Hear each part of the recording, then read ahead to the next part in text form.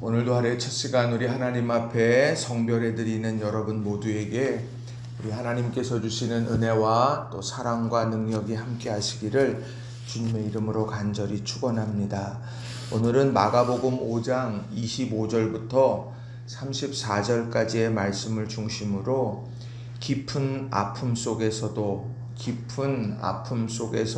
라는 제목으로 함께 말씀의 은혜를 나누기를 원합니다. 삶을 살아가다 보면 뜻하지 않게 만나는 어려움들이 있습니다. 그런데 이러한 어려움, 이것이 지속적으로 혹은 반복적으로 생겨나다 보면 깊은 절망 속에 빠지게 될 때가 있습니다. 그리고 깊은 절망 속에 빠져버리게 되면 어느 순간 내 곁에 많이 있었던 사람들도 곁에 없어지는 것을 보게 됩니다.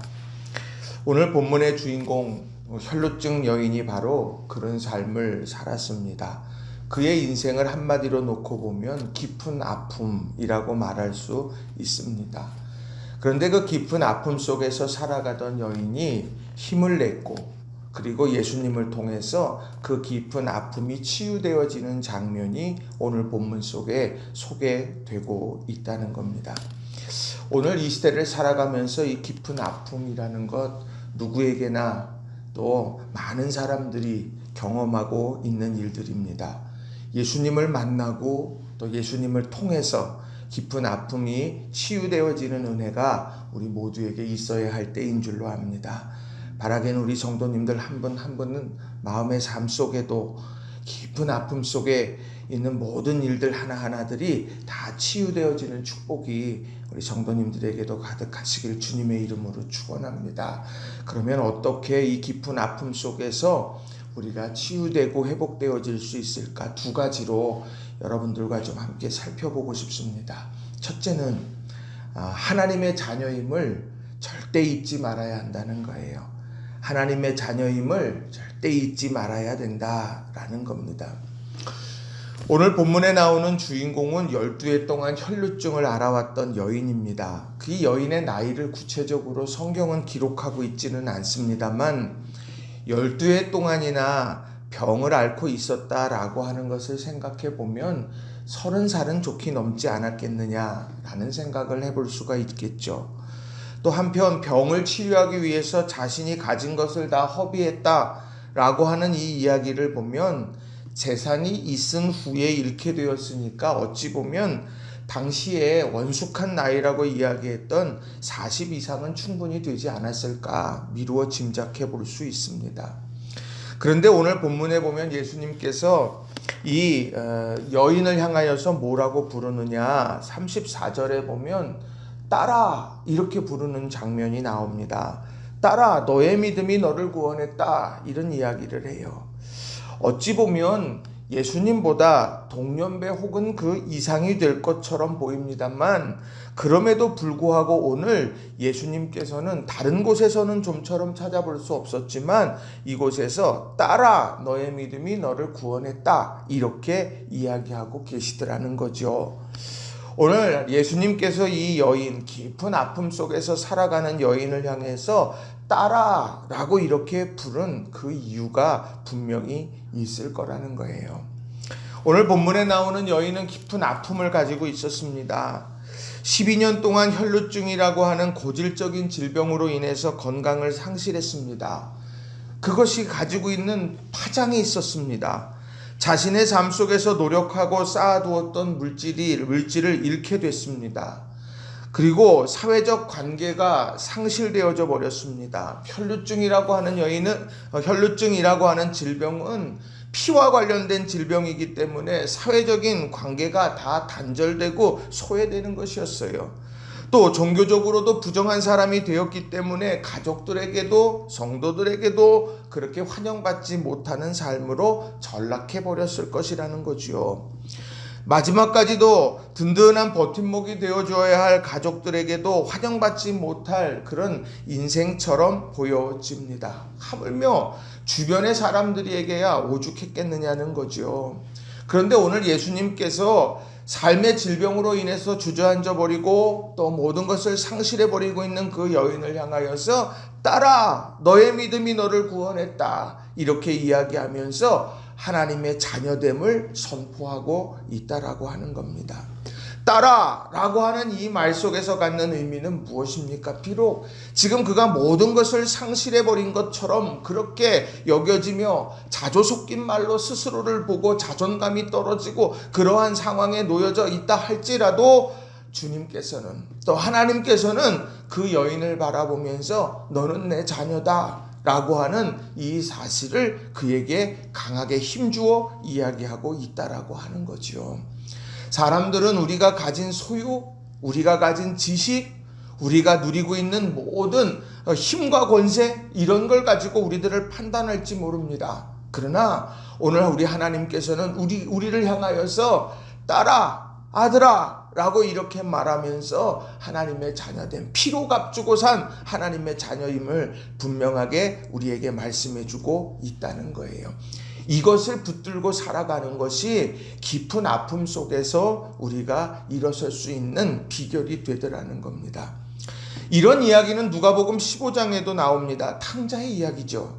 작은 아들이 유산을 미리 상속받아 떠났습니다. 실패한 채로 아버지의 집으로 돌아왔어요.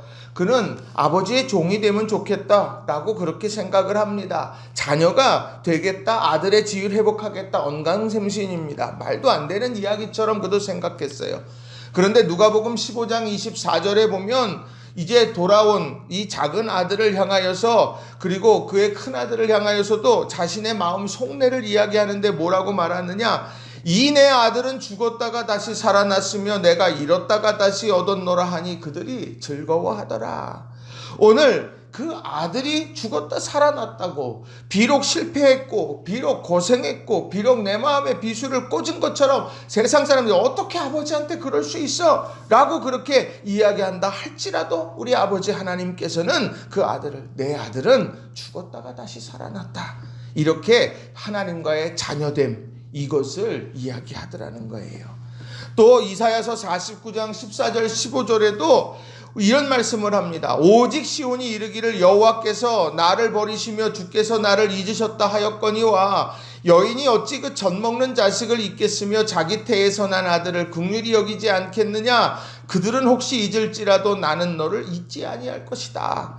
자녀됨을 이야기합니다. 나는 너희 잊지 않아. 어떤 형편, 어떤 상황 속에서도 나는 너희를 결단코 잊지 않는다. 하나님의 마음을 보여주고 계시다는 거죠. 그러니 오늘 본문 속에서 나오는 딸아 라고 하는 이 말은 오늘 하나님의 마음을 바로 고스란히 혈루증 여인에게 전해주고 있다라고 하는 거예요.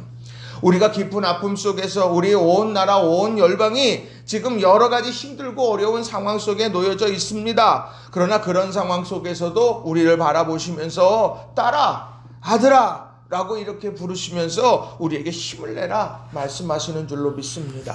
바라긴 우리 성도님들 한 분 한 분이 하나님의 자녀됨을 잊지 않고 믿음으로 나아가는 우리 모든 성도님들이 되시길 주님의 이름으로 축원합니다. 두 번째로는요, 무엇보다 믿음을 소유해야 한다는 겁니다. 무엇보다 믿음을 소유해야 한다라는 거예요. 예수님께서는 이 여인을 부르신 후에 그에게 이런 말을 하죠. 오늘 34절에 보면 예수께서 이르시되 딸아 내 믿음이 너를 구원하였으니 평안히 가라 내 병에서 놓여 건강할지어다 라고 말합니다. 오늘 이 여인이 건강해진 이유는 다른 것이 아니었습니다. 믿음이었습니다. 자, 오늘 본문에 보면 예수님께서 이 12해 혈루증을 앓아온 여인을 고치려고 지금 찾아온 것이 아닙니다. 예수님께서는 지금 회당장 야이로의 딸을 고치시려고 야이로와 함께 야이로의 집을 향하여 가던 중에 일어났던 일이라고 하는 거예요. 오늘 그러한 예수님의 그런 도정에서 지금 야이로의 집을 찾아가는 그 여정에서 이 여인은 믿음이라고 하는 것을 붙들고 그 예수님을 붙잡으려고 나아갔다라고 하는 것입니다. 오늘 이 구원과 질병의 치유에 있어서 이 믿음이라는 것 예수님께서는 강조하시죠. 야고보서 5장 15절도 이런 말씀을 합니다. 믿음의 기도는 병든 자를 구원하리니 주께서 그를 일으키시리라. 혹시 죄를 범하였을지라도 사하심을 받으리라. 오늘 죄악의 문제 앞에서도 믿음의 기도, 병든 자가 치유되는 것, 믿음의 기도, 이 믿음의 기도를 강하게 반복적으로 이야기하고 있다는 거예요. 그러니 오늘 무엇보다 우리들이 놓치지 말아야 되는 것, 해결되려고 하면, 우리가 모든 것이 해결되려고 하려면 놓치지 말아야 될 게 뭐냐? 믿음이라는 거예요. 믿음이 뭡니까? 히브리서 11장에 보면 이렇게 1절에 이야기합니다. 믿음은 바라는 것들의 실상이요 보이지 않는 것들의 증거니라고 말합니다. 보이지 않는다고 말해요. 그러나 실물로 바라보라고 말을 합니다. 보이지 않지만 증거를 곧게 붙들라고 말합니다. 이게 이 혈루증 여인에게 있었던 거예요.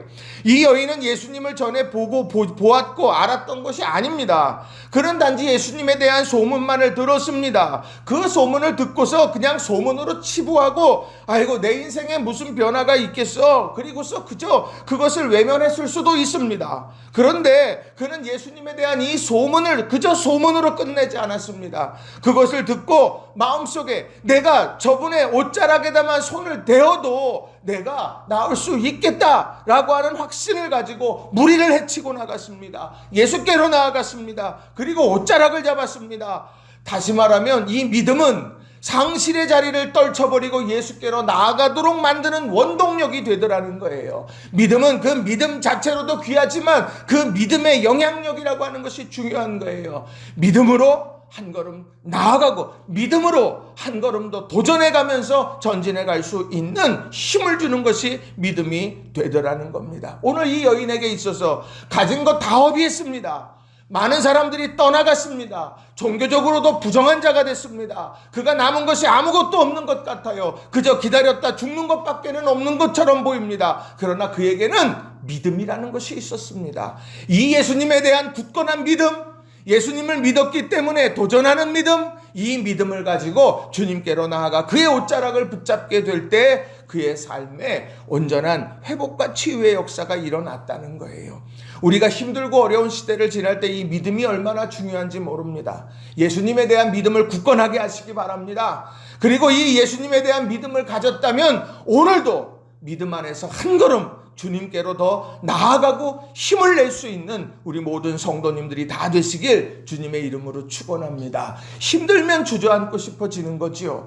그런데 힘들수록 우리들이 힘을 내야 되는 거예요. 그것이 믿음의 모습입니다.